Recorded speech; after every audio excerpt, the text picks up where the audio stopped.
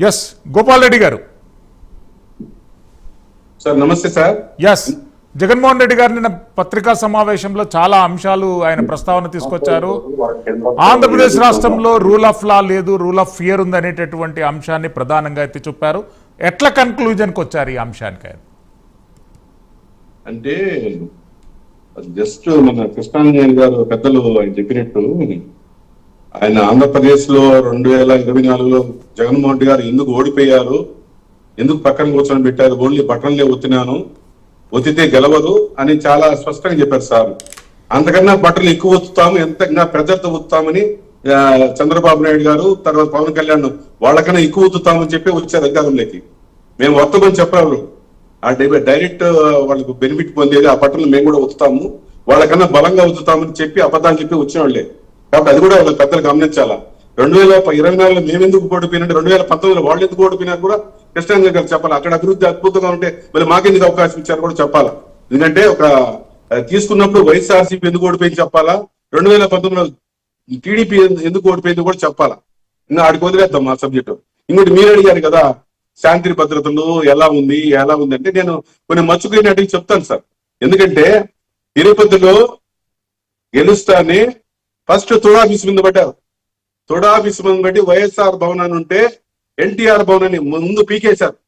ఇది ఏమన్నా అవసరం ఉంటే రాజ్యాంగబద్ధంగా పేరు మార్చుకొని ఎన్టీఆర్ అని పెట్టుకుంటే మాకే అభ్యంతరం లేదు. మేము ఎప్పుడు చేయాలంట 2019లో వచ్చినప్పుడు కూడా వైఎస్ఆర్ భవన్ అంటే ఎన్టీఆర్ అంటే వాళ్ళే అక్షరాలు తీసేసి వాళ్ళే పెట్టేశారు పార్టీ కేడర్ పోయి. అట్లాగే వైస్ ఛాన్సలర్ అంటే వెంకటేశ్వర యూనివర్సిటీ వైస్ ఛాన్సలర్ కానీ, నాగార్జున రెడ్డి వైస్ ఛాన్సలర్ కానీ టై పెట్టుకొని ప్యాంటు షర్ట్ పెట్టుకొని లెఫ్ట్ లో తీసుకొని కొట్టుకుంటా కిందకు వచ్చేసి వాళ్ళు పదవులు రాజీనామా చేయించారు. అది దౌర్జన్యం అంటామా?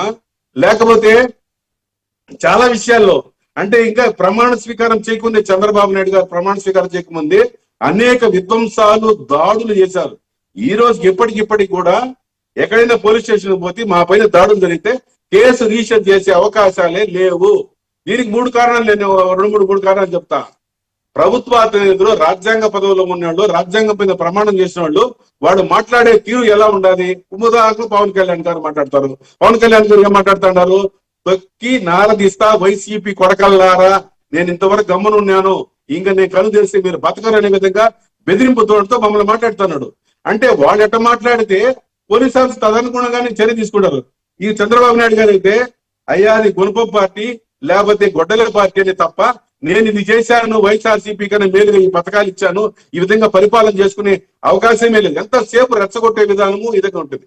అలాగే ఎవరైనా నారా లోకేష్ గారు కానీ రాజ్యాంగం ఒకటే ఉంటుందండి, రెడ్ బుక్ రాజ్యాంగమే. నాకేం అర్థం కాల, రాజ్యాంగం అంబేద్కర్ రాసిన రాజ్యాంగమా లేకపోతే దాన్ని పాటించాలి కానీ రాజ్యాంగ ప్రకారం ఎవరైతే చట్టానికి చేతులు తీసుకున్న వాళ్ళని శిక్షిస్తారని చెప్పలే. నాకు ఒక సపరేట్ బుక్ ఉందని ఆ రాజ్యాంగంతో పోతున్నారు. కాబట్టి శాంతి భద్రతలో ఎక్కడా లేదు.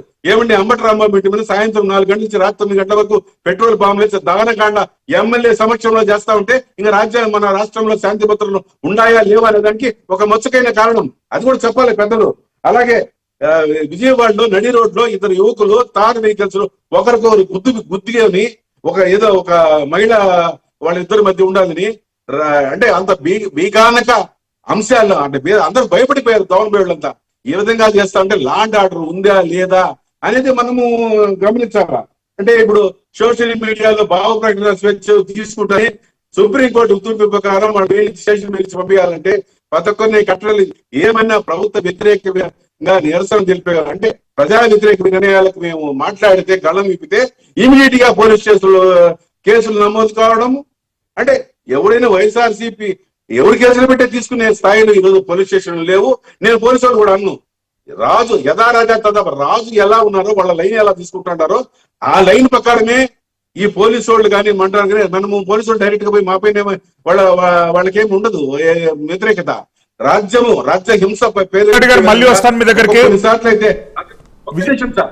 తిరుపతి డిప్యూటీ మేయర్ ఎన్నికల్లో ఎంపీ సమక్షంలో ఎంపీ కారులో ఉంటే మేము ఓటుకు పోయేదానికి కార్పొరేటర్లకు ఇవ్వమంటే ఏది రక్షణ ఇవ్వమంటే ఎంపీ ఎమ్మెల్సీ మహిళలు మేయర్ గారు ఉంటే వ్యాను తిప్పి కార్పొరేటర్లు కొట్టి ఓటేసుకున్నారంటే ఇంకా శాంతి భద్రతల గురించి చాలా బాగుంది, అద్భుతంగా ఉంది అనే విధంగా చెప్తా ఉంటే ఏమని మాట్లాడగలం? ఎన్ని శాంతి విషయాలు కదా, ఈ గవర్నమెంట్ జరిగిన విషయాలు కదా.